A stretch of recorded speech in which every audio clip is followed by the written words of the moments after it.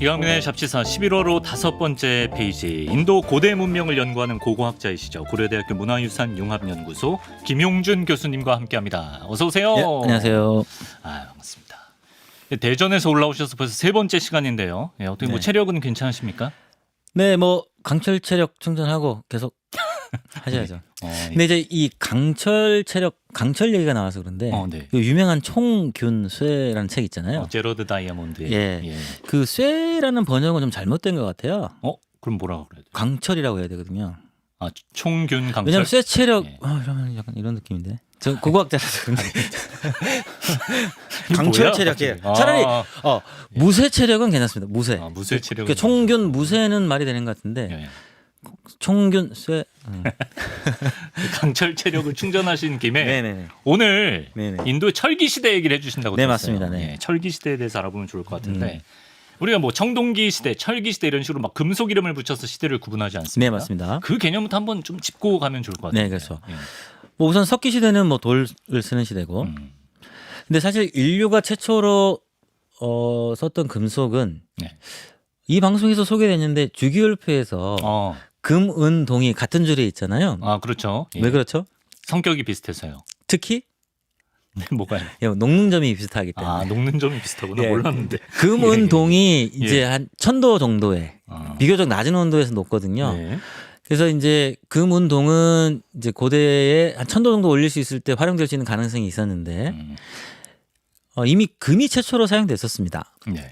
특히 아직 석기 시대인 신석기 시대에 이제 도구는 아니고 이제 장신구용이라든가 혹은 특히 장례용 이럴 때 특별한 용도로 썼던 것 같고. 석기 시대에 이미 1000도까지 예. 올릴 수 있었던 근데 이제 거군요. 저희가 황금 시대란 말은 안 쓰는 게 뭐 사회 경제적으로 큰 임팩트는 없었기 때문에 이제 청동기 시대를 최초 이제 금속 시대라고 하는데 네. 여기서 청동이라고 하는 것은 이거 알았는데. 이거 주기율표에서 주석이랑 그렇죠. 합금이죠, 합금. 납인가요? 뭐지? 아니요. 구리랑 주석. 주석의 구리랑 주석. 합금이라는 게 네. 핵심이거든요. 그러니까 이제 구리는 사실 우리 전선에 들어가는 거잖아요. 네. 이제 휘어지는. 네. 여기에 이제 주석을 넣었을 때 네. 이제 비파형 동검과 같은 이제 어느 정도 이렇게 무기가 될 수도 있고 하는 어떤 이런 게 되는 거죠. 그래서 청동기 기술이라고 부르는 이유는 동을 썼기 때문이라기보다는 합금 기술이라고 하는 새로운 산업 사회로 들어갔기 때문에였고, 다만 특히 이 주석이 전 세계적으로 많지 않습니다. 주석이 많지 예, 않아서. 그래서 아주 일부 지역에서만 청동기 시대가 열렸고 그렇기 때문에 청동기 기술에 기반한 도시 문명 사회가 유라시아의 일부 지역에서만 이제 열렸던 거죠. 네. 네. 철기는요? 그러다가 이제 철이라고 하는 것은 이제 한 500도 정도 더 올려야 돼요. 한 1500도 정도가 가야 1500까지 가야 되는데. 돼요. 예. 근데 철은 이제 엄청 흔하죠. 그렇죠. 예. 곳곳에. 원료는 흔하죠. 예. 그래서 이제 일단은 첫 번째는 1500도씨까지 올리는 기술이 필요했고요. 네. 또 하나는 아까 제가 쇠체력 이럴 때 했던 게 그냥 쇠가 중요한 게 아니라 강철이라고 하는 것 네. 혹은 뭐 무쇠라고 하는 이런 것이 여기는 탄소와의 합금강입니다. 그러니까 이게 다른 성분을 집어넣는 건 아니고 예. 왜 대장간에서 왜 맞아요. 올렸다가 예. 식혔다가 때리고 하는 과정에서 탄소가 입혀지는 거거든요. 탄소를 아주 적정량 섞어줘야. 예, 적정량 섞어야 되고 그 탄소를 입히는 것이 사실 테크닉이거든요. 그래서 예를 들면 뭐 오늘 방송에서도 소개해드리겠지만 혹시 다마스커스 검 들어보셨습니까?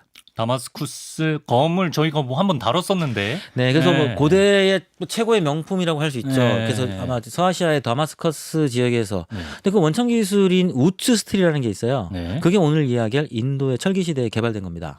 그래요? 네네. 그래서 그런 이제 그래서 총균쇠가 아니라 총균 강철의 시대, 예, 즉 예. 강철의 시대가 열리는 인도로 오늘 한번 떠나보도록 하겠습니다. 그래서 핵심은 청동기 철기 시대의 핵심은 새로운 합금 기술이 발전했었고 그 기술이 당시 정치, 경제, 사회를 변화시키는데 막대한 영향을 미쳤기 때문에 네. 청동기 철기 시대라 부르고 있습니다. 예, 그렇군요. 그럼 이 철기 시대는 특정 장소에서 딱 시작을 했다라고 볼 만한 장소가 그렇죠, 이제 있는 건가요?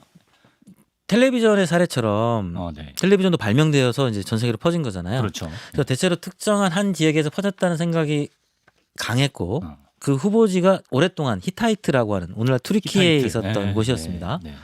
근데 거기서 이제 한 기원전 1500년 정도의 고고학 흔적이 나와서 근데 이제 지금은 현대 고고학계는 다른 TV 같이 한 곳에서 발명된 것도 있겠지만 이 철기 기술은 특히 그 이전에 청동기 기술이 있었던 지역은 500도만 더 올리면 되니까. 그렇죠. 예, 그럼 철기 예, 가능하니까. 철기를 녹일 수 있으니까 네, 네. 꽤 많은 지역에서 가능성이 거의 있는데. 동시기에 개발되지 않았을까라고 생각하고 있고 인도는 그 중에 가장 강력한 이제 후보로 후보지예요? 떠오르고 있습니다. 그렇군요. 인도에서 얼마나 오래전에 뭐 철기 기술을 발명했다고 보고 있나요? 근데 이제 이게 한 3분 정도 길이로 고고학 좀 약간 전공적인 얘기만 좀 말씀드리면 우리가 기원지와 전파지를 따질 때 네. 김치의 사례를 한번 말씀드릴게요. 김치. 김치는 일단 대한민국 거죠. 그렇죠. 역사가 깊고. 네. 그러면 보통 기원지는 역사가 깊고 그리고 종류가 다양합니다. 백김치에서부터 뭐 재료도 다양하고. 깍두기. 근데 이제 요즘 인도 같은 데서 이제 그 한국 신라면의 인기와 함께 김치가 급부상하고 있는데 그래요? 다른 지역에 이제 수출되게 되면 즉 수입한 지역 입장에서는 네. 한국의 가장 최근 것 가장 완성품을 가져가기 때문에 수입한 지역에서는 다양성이 떨어집니다. 그렇죠. 아무래도. 예. 그래서 이런 것을 기본으로 해서 이제 기원지를 찾을 때는 시행착오의 오랜 역사를 가진 곳 그리고 다양성이 강한 곳이 대체로 기원지로 이제 추정됩니다. 예. 인도 같은 경우는 고고학계에서 쌀의 기원지는 쉽게 추정할 수 있었어요. 네. 예를 들면 동부 인도 같은 경우 거기는 가보면 야생쌀도 많고. 잠깐만 야생쌀 혹시 밥 드셔보셨어요? 야생쌀 밥이요? 예. 어떻게 먹는 거예요? 그냥 그러니까 생식을 우리가 먹는 거는 농사지은 쌀이고. 야생쌀? 네, 야생쌀. 아니요, 안 먹어봤죠. 그래서 이제 예. 인도 쌀농경 벼농사의 기원지라고 하는 것이 그 다우 지역인 아쌈 벵갈 지역 이쪽이거든요. 예. 거기 가면 아직도 야생쌀이 있어요. 그래요? 근데 이제 그분들도 이제 식사할 때 드지는 않는데 제사 같은 거 지낼 때, 예. 결혼할 때 이럴 때 특별히 이제 수습해서 하거든요. 저 같은 경우도 제사에는 관심이 없고 제사밥에는 관심이 있었던 거죠. 그래서 야생쌀밥을 먹어봤는데 예. 된장찌개랑 김치찌개에는 어울리는 밥은 아니고요. 이렇게 질겨요. 아니 그 딱딱한 쌀 알을 먹는 거예요? 아니 밥을 해서 먹었던 밥을 거죠. 해서? 그래서 근데 저는 예. 밥하고는 안 어울리고요. 딱딱하고 좀 질기고 식감도 좀 이렇게 거칠고.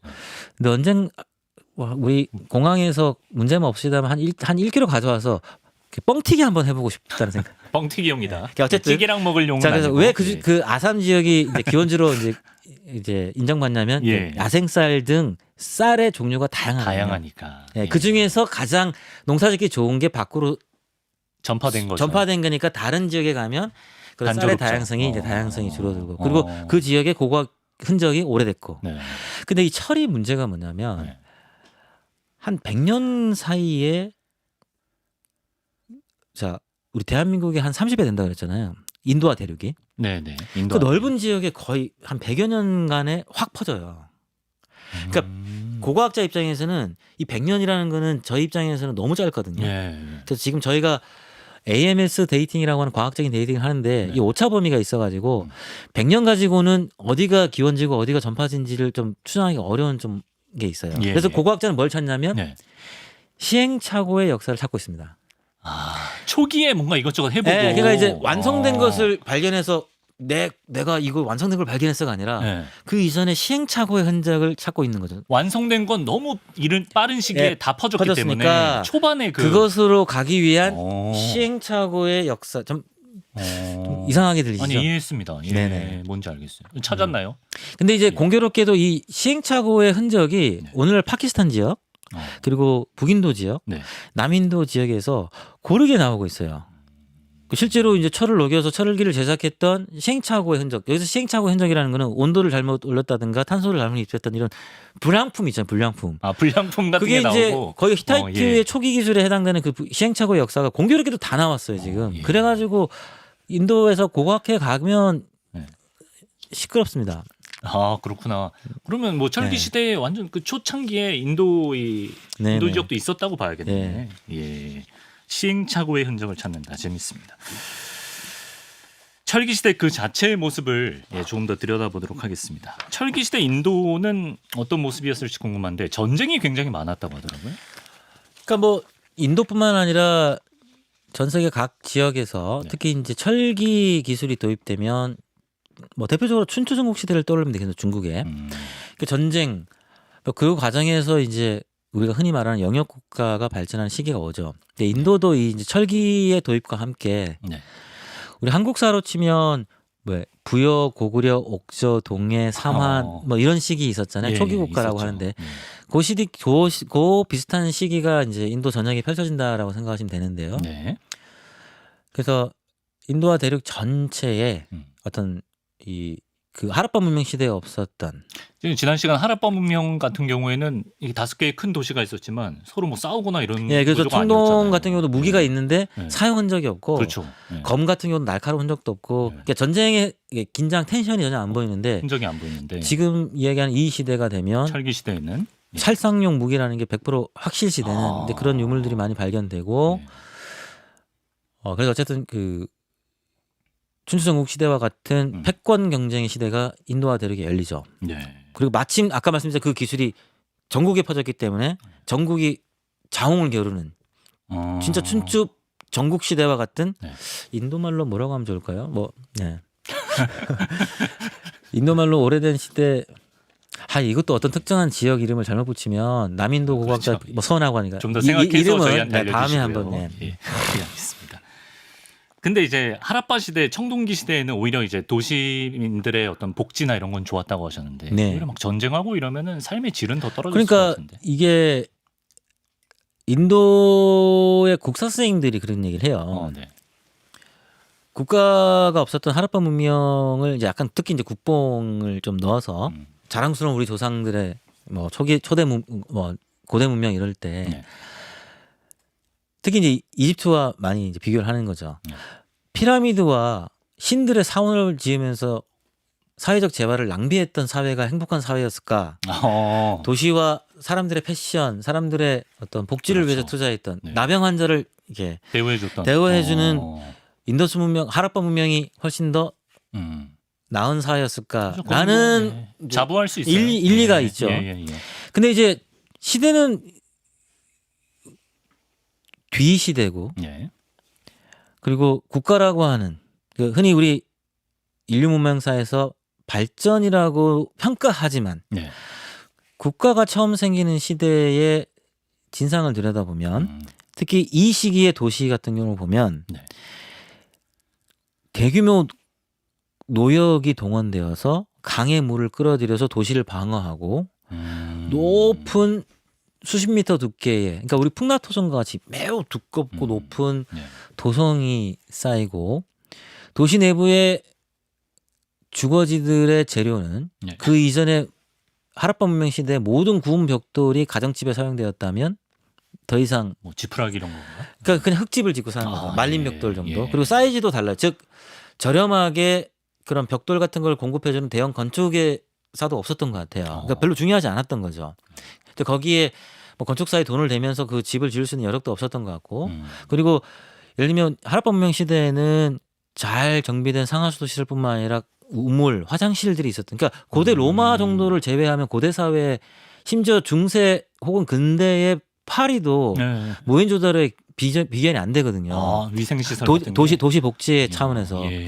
근데 시대가 떨어지고 국가라고 하는 게 성장했던 이 시대의 최고의 도시들의 유적을 발굴해 보면 사람들의 복지의 수준은 떨어지는 양상이 보입니다. 퇴보하는 듯한 네. 모습. 그래서 그게 퇴보인지 어쨌든 국가가 생기고 그 이후에 문명이라고 하는 것이 한층 나아가니까 발전인지는 뭐 방송을 들으시는 수도 있겠지만 방송을 들으시는 분들 뭐 보시는 분들이 판단하실 문제죠. 그렇군요. 예. 네. 그리고 이때 그 정치 철학도 많이 발달해서 그 유명한 석가모니가 그렇죠. 그래서 이제 나왔나요?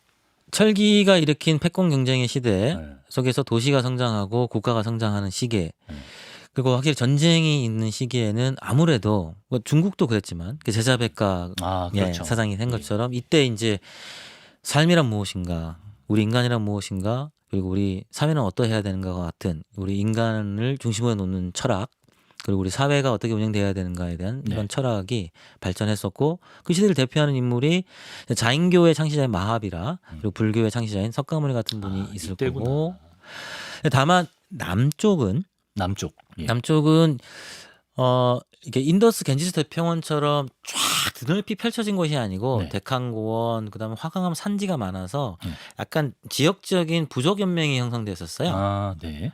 그리고 거기는 평지보다는 제주도처럼 돌이 많은 지역이거든요. 네. 그래서 여기에는 이제 어마어마한 고인돌로 이게 집단의 어떤 부족의 단결을 강조하는 패권의 시대가 열렸습니다. 패권의 시대.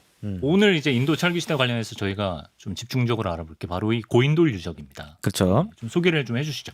우리나라도 고인돌 많기로 유명한데. 네. 그렇죠. 한반도 좀 넓게는 동북아시아. 왜냐하면 지금 현재 만주 지역 이쪽에도 좀 있으니까 그 뭐 대체로 한반도에 집중되어 있으니까 보통 한반도가 세계 고인돌의 이제 4분의 3 정도. 네, 그렇게 얘기하더라고요. 예. 네. 근데 이제 여기서 뭐 이거는 인도 고고학계에서 이의 제기할 건데 아마 인도 고고학자들은 좀 이의 제기가 들어올 거예요. 예. 그래서 인도 어느 쪽에서 어느 쪽 편이신가요? 저는 어디 이게 참 예, 일단 좀 노선 좀 아니 농담입니다. 예, 말씀하시죠. 그래서 혹시 인도 예. 구독자가 많아지면 인도 편을 들어야 되는데 갈아탈 수 있다. 예. 어떤 이의 제기를 하나요? 인도 쪽에서? 그러니까 한반도보다 대략 한 5배 정도 넓은 구역에 고인돌이 유행했는데 그렇지, 땅이 넓고. 예. 그래서 이제 방송 최초로 고고학 산수 문제를 하나 내겠습니다. 고고학 산수. 고고학 산수. 예. 예. 방송- 들으면서 풀 수 예, 있나요? 방송 최초입니다. 예, 예. 알겠습니다. 근데 잘 들으셔야 됩니다. 예. 자, 이렇게 우리가 통칭 고인돌이라고 하는 거성무덤은 유럽에서부터 우리 동북아시아까지 유행을 했습니다. 네. 그리고 뭐 아프리카 그리고 저 멀리 신대륙에도 있었어요. 네. 근데 이제 유럽은 예를 들면 마을 전체 사람들을 위한 대형 무덤이 주로 유행했습니다. 네. 그러니까 인구가 1000명이 있었다라고 가정하면 예. 유럽도 그렇고 인도도 그렇고 우리 한국도 그렇고 네. 유럽은 하나만 만들어요. 마을 1000명 마을 사람 모두를 위한. 함께 묻어주는. 예. 그 규모는 큰데 이제 기수는 작은 거죠. 기순착 하나죠. 예. 근데 우리 한반도는 대부분 개인용이었어요. 1인용. 예, 그러면 산수적으로 1000개가 만들어졌겠죠. 한 세대가 사망하면. 네, 1000명이 1000명이 사망하면 사망한. 1000개죠. 예. 예. 그러면 서아시아부터 인도까지는 평균 한 4명 정도의 가족용 고인돌이 유행했습니다. 가족 단위구나. 그러면 1000명이 사망하면 250기가 있죠. 정확합니다. 예. 고고학 산수 문제였습니다. 자, 그러다 보니까 자, 네. 이렇게 인구 대비 예. 우리 한반도가 많이 만들어졌었어요. 그래서 밀집도가 높은 겁니다. 그러니까 이제 당시 인구가 그렇다고 남인도가 뭐 한반도보다 인구 밀집도가 훨씬 높지는 않았을 거니까 네. 이제 비슷한 시기 또 마침 공교롭게도 비슷한 시기에 유행을 했거든요. 그렇군요. 예. 다만 오늘의 주제인 인도는 철기 시대. 네, 우리는 청동기 시대였고 시기는 비슷했어요. 네. 시대는 네. 그 유행한 시대도 비슷했고 그러면 한반도가 1인용이라서 4배 많은 거잖아요. 그렇죠. 인도는 가족용이 유행했으니까. 기수로 치면. 근데 아까 말씀드린 것처럼 인도는 우리 한반도보다 대략 한 4-5배 면적의 유행을 했거든요. 자, 그러면 결과적으로 인도아 대륙과 한반도의 총 고인돌의 개수는 이제 전문 용어로 또이또이. 또이또이. 그렇죠. 그렇죠. 4배의 면적이니까. 네, 그래서 그렇죠, 인도는 그렇죠. 이렇게 가족용가 유행했기 때문에 유행도는 낮았지만 네. 유행한 구역이 넓었기 때문에 그렇지. 총 기수는 시간이 곱하기 비슷했기 4 하면 때문에 비슷하네. 비슷합니다. 그래서 실제로 인도의 고인돌의 총 수는 저희 한반도만큼 많습니다. 우리가 한반도에 예, 4분의 3이 있다는 그렇게 거는 되면 이제 인도도 4분의 3, 한국도 4분의 3이니까 지금 4분의 6이죠. 뭔가 이 산소에 문제가 생기는 그러네. 거죠. 이제 왜 그렇게 됐냐면 네. 아마 한반도 우리가 아마 그 고인돌이 세계유산 등재될 때 이제 한반도에 동북아시아의 고인돌 총수가 조사되고 했던 시기가 있었던 것 같아요. 근데 안타깝게도 인도는 아직 고인돌 유적이 단 한 유적도 세계문화유산에 등재되지 못했습니다. 그게 이제 큰 틀에서 말씀드리면 네. 인도 고고학 특히 대형 프로젝트들이 인더스 겐지스 지역에서 주로 집중되어서 남인도족에 집중하고 있는 그 많은 고인돌 유적에 대한 고고학자의 수도 적고요. 그렇구나. 예. 네. 그래서 좀 그 수가 아직 그래서 앞으로 더 많이 나오겠네요. 그래서 개인적인 그 일종의 목표 중에 하나가 인도 거성 유적 곡들을 좀 세계유산에 등재하는데 좀 일조를 하고 싶은 계획이 있어서 계속해서 네. 그 거성문화를 관심을 가지고 연구하고 있습니다. 남인도 지역의 인도 거성문화 네네. 앞으로 더 네. 발견도 많이 어쨌든 될 것 같아요. 면적 때문에 한반도만큼이나 많은 고인돌이 철기 시대 그러네. 한반도와 비슷한 시기에 만들어졌었다 이렇게 알고 계시면 되겠습니다. 네. 인도에서는 고인돌을 뭐라고 하나요? 네. 그래서 이제 우리는 고인돌이 무슨 뜻인지 혹시 아십니까? 이번에 좀 조사하면서 알게 됐네. 네. 이제 돌이 고였다. 그렇죠. 네. 위에 있는 돌이 네. 괴돌. 네. 괴어 있다라는 네. 거죠. 이렇게 밑에서 그래서 이제 고인돌이라는 이름을 쓰는 거고 네. 사실 전 세계 학계에서 일반적으로 쓰는 건 돌맨이라고 합니다. 영어로. 거기도 돌이 들어갔네. 영어인데 돌이 들어갔네. 묘하게도 그래요. 예. 돌맨인데 예. 이거는 켈트어라 그래요. 어. 그래서 거기서 처음 이제 유럽 이렇게 지금의 이제 아일랜드 뭐 이런 지역에서 많거든요. 네. 그 규모도 아까 말했지만 특히 이제 여기는 집단묘가 있기 때문에 마을용. 그러니까 그 스톤헨지 있잖아요. 그래. 그게 그 시대에 크겠네. 어떤 큰 걸 만들던 거성문화. 유럽 거성문화의 산물입니다. 예. 그래서 이제 켈터가 이제 뭐 일단 영어권에 있는 가까운 나라도 하고 그래서 이제 돌맨이라는 말을 많이 쓰고 있는데 돌맨. 인도에서는 좀 아마 생소하실 거예요. 판두깔이라고 부릅니다. 판두깔. 우리는 고인돌. 네. 이제 켈트 영어권은 지역에서는 이제 돌맨. 돌맨. 탁자라는 뜻을 가지고 있고요. 탁자 모양이죠. 네. 그렇지. 그리고 이제 인도에서는 판두깔이라고 불러요. 판두깔은 어떤 의미죠? 예. 그러니까 판두는 펀잡할 때 펀잡. 그거랑 네. 같은 의미의 오라는 뜻이고요. 깔은 바위 내지는 돌. 그러니까 5개 돌? 그 우리말로 좀 번역하기 이상한데 오돌? 자, 우리 고인돌, 인도는 오돌이라고 부릅니다. 왜 숫자 5가 들어가지? 예. 그래서 이 오돌을 이해하려면 예. 인도의 국민 신화 마하바라타를 잠깐 얘기를 해야 되는데요. 마하바라타. 짧게 얘기할게요. 예, 좋습니다. 우리 동명왕편 들어보셨죠? 갑자기 동명왕편. 동명왕편 예. 그게 이제 서사시 형태로 된 일종의 건국자에 대한 이야기거든요. 그렇죠. 그러니까 마하바라타도 서사시 형태인데 그 고대 인도의 건국 과정을 담고 있는 건국신화. 건국신화예요. 예. 그래서 마하가 위대한 마라타가 지금 인도의 국명이기도 합니다. 그래서 인디아는 영어명이고 우리가 대한민국 코리아듯이 인도가 인디아 바랏입니다. 힌디어로. 그렇구나. 그러니까 마하바라타인데요. 네. 인도 건국신화이죠. 네. 그러니까 삼국지가 3명의 핵심 주연이 등장하면 네. 이 마하바라타가 마침 5명의 형제가 등장합니다. 오형제네요. 예. 그래서 이 5형제가 네. 마침 썬 선생님께서 인도 도박 얘기할 때 도박 매주 얘기할 썬 때 선생님이 나오는 거야. 그 마하바라타에 등장해요. 도박의 역사할 때.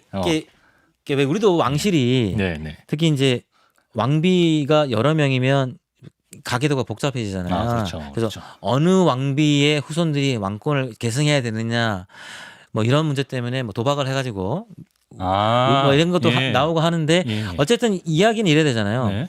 처음부터 뭐 이렇게 금수저로 태어나가지고 쭉 금수저면 이게 드라마적인 요소가 약하잖아요. 그렇죠. 질곡이 있어야죠. 예, 그렇죠. 그래서 기본적인 스토리는 이 5형제가 그런 왕실의 어떤 여러 가지 복잡한 문제로부터 위기를 겪으면서 쫓겨나면서 이제 점차 여러 가지 어떤 전쟁 뭐 이런 납치 이런 위기로부터 이제 성장해서 이제 위대한 바라타를 건국하는 게 이제 마하바라타인데 왜 아까 판두깔 오돌이라는 이름이 붙어있냐면 이렇게 생각들 한 거예요. 지역민들이. 네. 특히 이제 손주들이 물어봤을 거예요.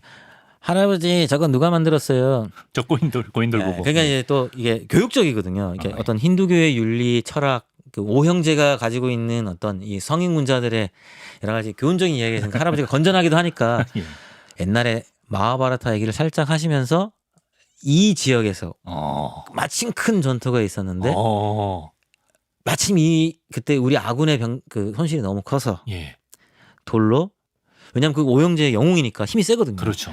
그래서 우리 사람이 들 수 없는 힘을 가진 그 사람들이 큰 돌로 쌓아서 만든 무덤이다. 라는 전설이 가장 일반적이어서. 근데 그게 저쪽 동네 할아버지도 그렇게 얘기하고 저쪽에서는 이제 적군이 전멸한 전투가 있었다라고 약간 지역마다 버전은 다른데 대체로 마하바라타의 5형제의 전투.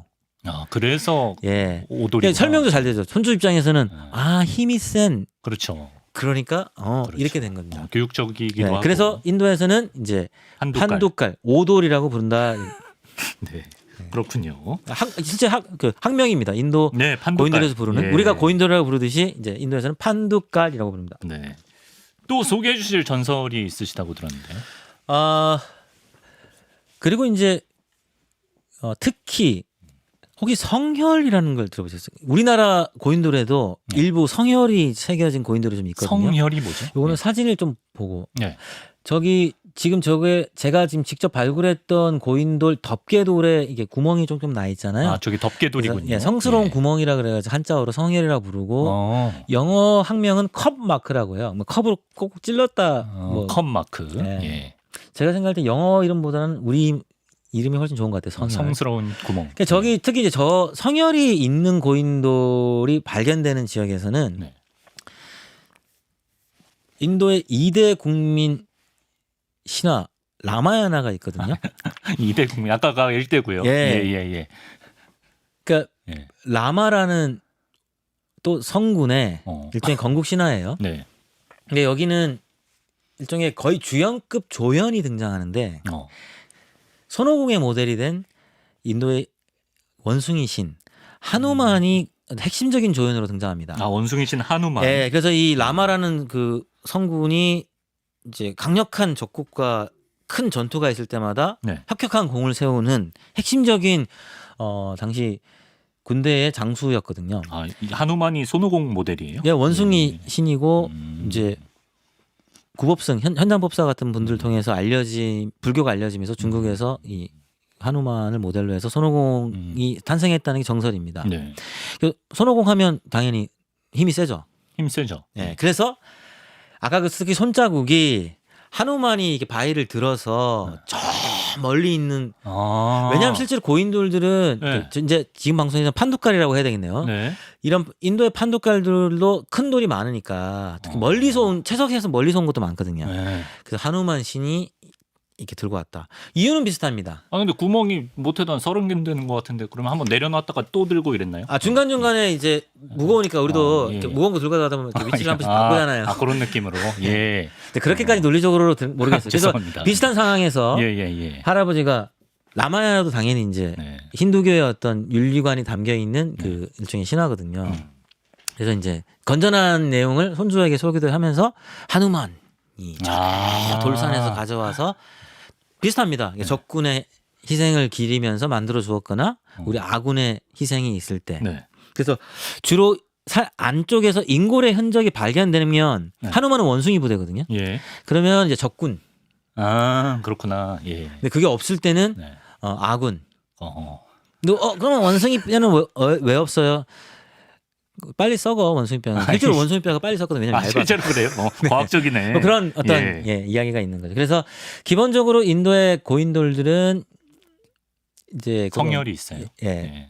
그게 뭐지? 마하바라타 라마야나라고 하는 건국 신화와 신화와 자주 연결되어서 지역의 할아버지들이 손주에게 얘기되면서 이제 구전되어 왔다. 그렇구나. 그게 가장 일반적입니다. 재밌네. 그리고 이제 지난 시간이었나요? 똥산 첫 시간이었던 것 같은데 똥산 알려주셨잖아요. 그렇죠. 이제 소들이 싼 그 대변을 태우면서 그 재가 쌓인 산. 그래서 지난 방송에서 이제 큰 이렇게 소 목장을 이제 제부라는 소. 이렇게 하면서 석기 시대 사람들이. 신석기 시대. 그리고 이거는 이제 한참 뒤에 이제 한 철기 시대니까 한 2000년 정도 차이가 나지만 지금 저 사진이 바로 그 소똥산입니다. 아, 그렇구나. 진짜 산 같네. 저 앞에 서 있는 인물이 전데요.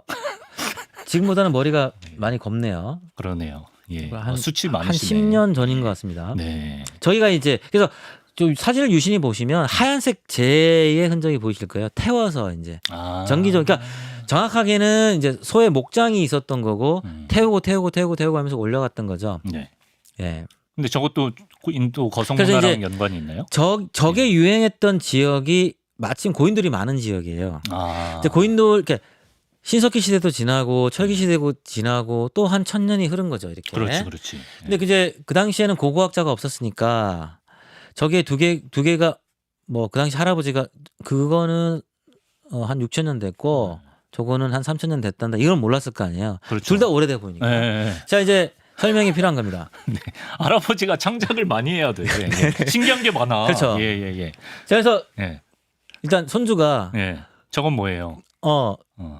그래서 그때 가장 자 보세요. 아까 예. 5 형제나 그리고 신인 그 하누만 신의 똥이라고 하면 안 되잖아요.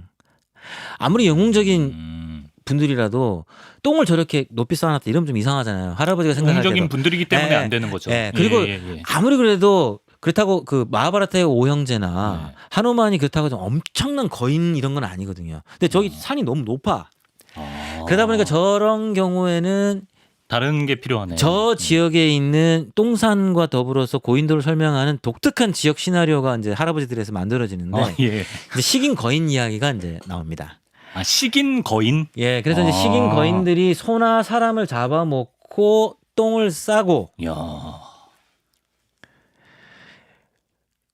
이제 그 자기가 싼 똥 냄새가 너무 지독해서 불까지 질렀고 그 사람의 그 살코기를 다 발라 먹고 그래도 좀 불쌍하니까 그 식인 거인의 입장에서는 개미만한 사람들을 위해서 손가락 몇 개 움직여 가지고 돌무덤을 만들어 주었다라고 하는 그러니까 똥산과 고인돌이 연결했네. 식인 거인의 똥 그리고 먹고 나서 살코기를 발라 먹고 뼈만 안치한 돌무덤. 요렇게. 사실 시대적으로는 엄청 차이가 나는데 그 할아버지들이 보기에는 똑같이 옛날 거니까 둘을 엮어버렸어요. 고인돌이랑. 네. 그래서 저 지금 보시는 것이 특히 딱 봐도 저것도 고인돌이에요? 저희 고인돌입니다.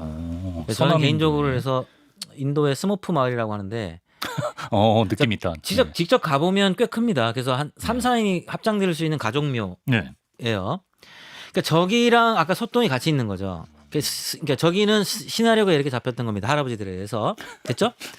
식인 거인이 소와 사람을 잡아먹고 발라먹고 나서 이제 뼈만 저기다가 이렇게 해서 손가락으로 만들. 저 옆에 돌들이 많잖아요. 저기서 이제 손가락으로 탁탁탁 잘라가지고 이제 돌 무덤을 만들어 줬다. 식인 거인의 전설이 있는 곳. 또 이런 스토리텔링을 만들어 놓으면 나중에 그 손주가 못된 짓 할 때 너 자꾸 그러면 식인 거인이 잡아먹는다. 그렇죠. 이런 것도 갖다 붙일 수 있거든요. 그래서 어떻게 보면 저와 같은 고고학자들이 과학이라는 명목으로 좀 이렇게 낭만 파괴를 하고 있는지는 모르겠어요. 저희는 가면 그렇지 않습니다. 이거는 신석기 시대고 이건 철기 시대고 이거는 당시 거대 부족 사회, 백권 경쟁의 시대를 반영하는 권력자의 무덤이다 이러면 낭만 파괴. 할아버지들 노발대발하시겠죠. 그렇죠. 네. 재밌네. 신화랑 이렇게 엮어서 각종 전설들이 많이. 그리고 마침 또 좀 독특한 모양의 고인돌들이 있다던데. 네, 잠깐만 사진으로 보면서 얘기를 해야 될 것 같은데. 저것도 고인돌이에요?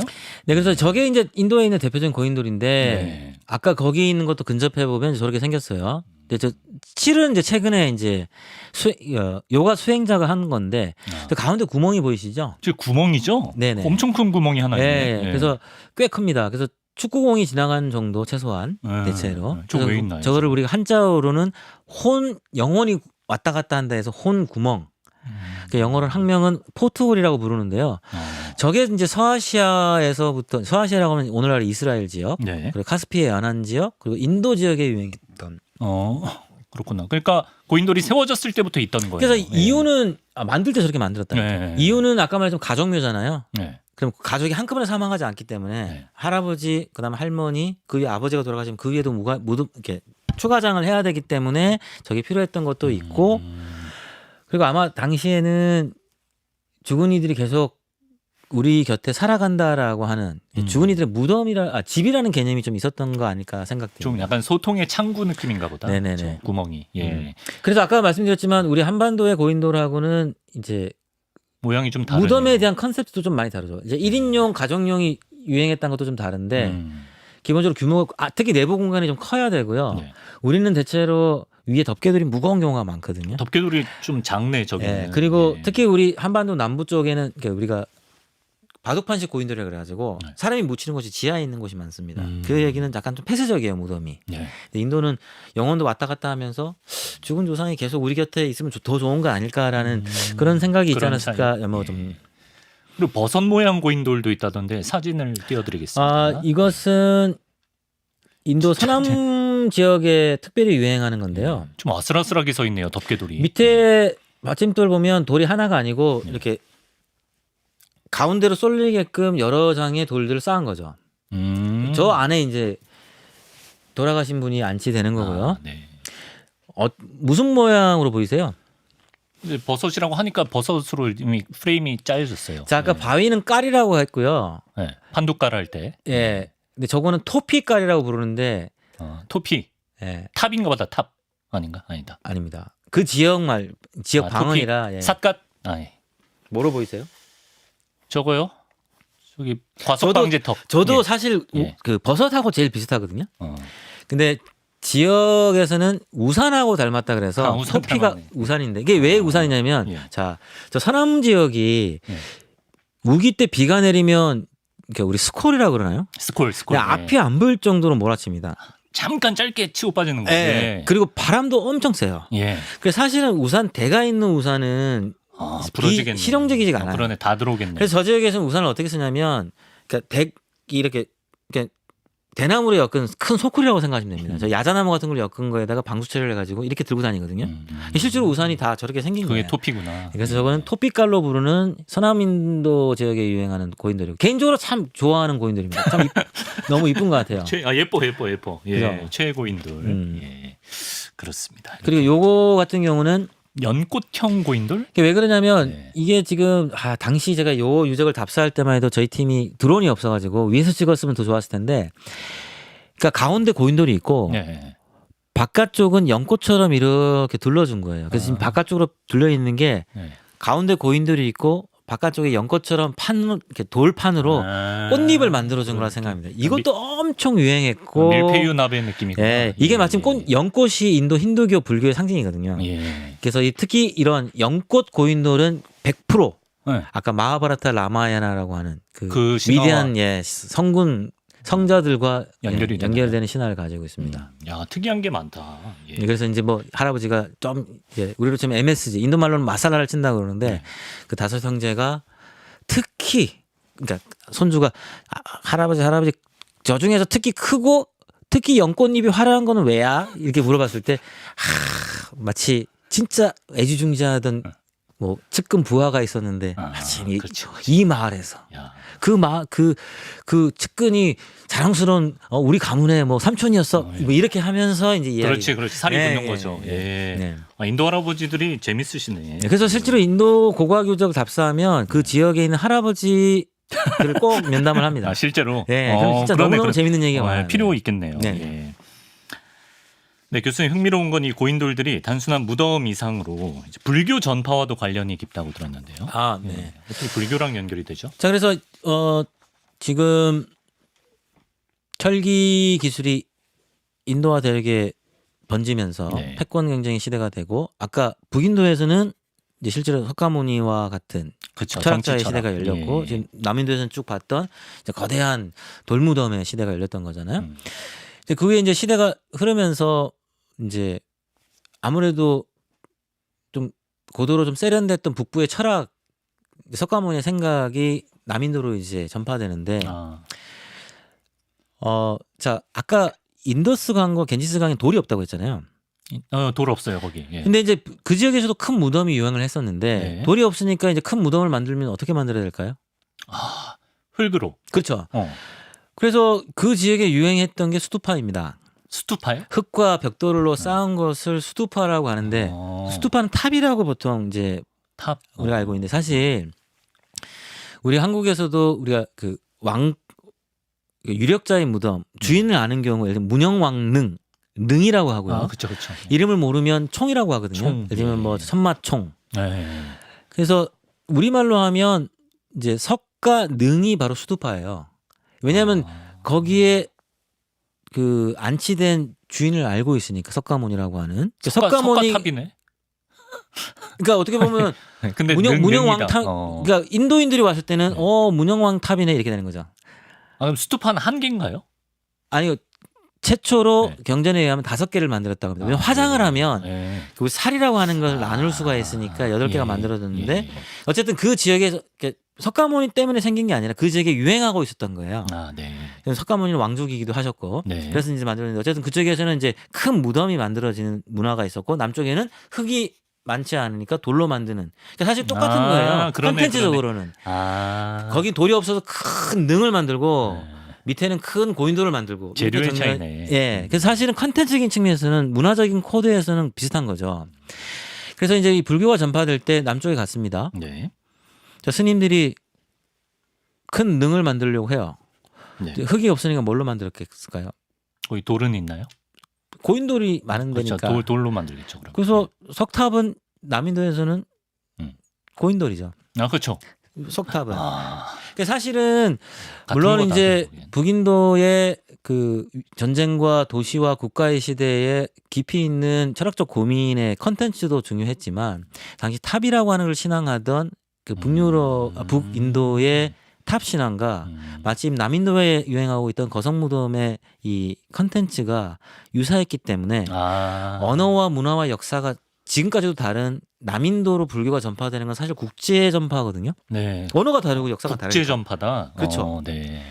그런데 그 국제 전파가 비교적 영위했던 것 중에 가장 중요했던 게 이 거성 무덤이 아, 탑 문화와 거의 일맥상통했기 때문이라고 고고학자들이 생각하고 있습니다. 네. 그게 통했기 때문에 전파도 더 잘 네네. 일어날 수 있었다. 네, 맞습니다. 아, 그런 의미군요. 예.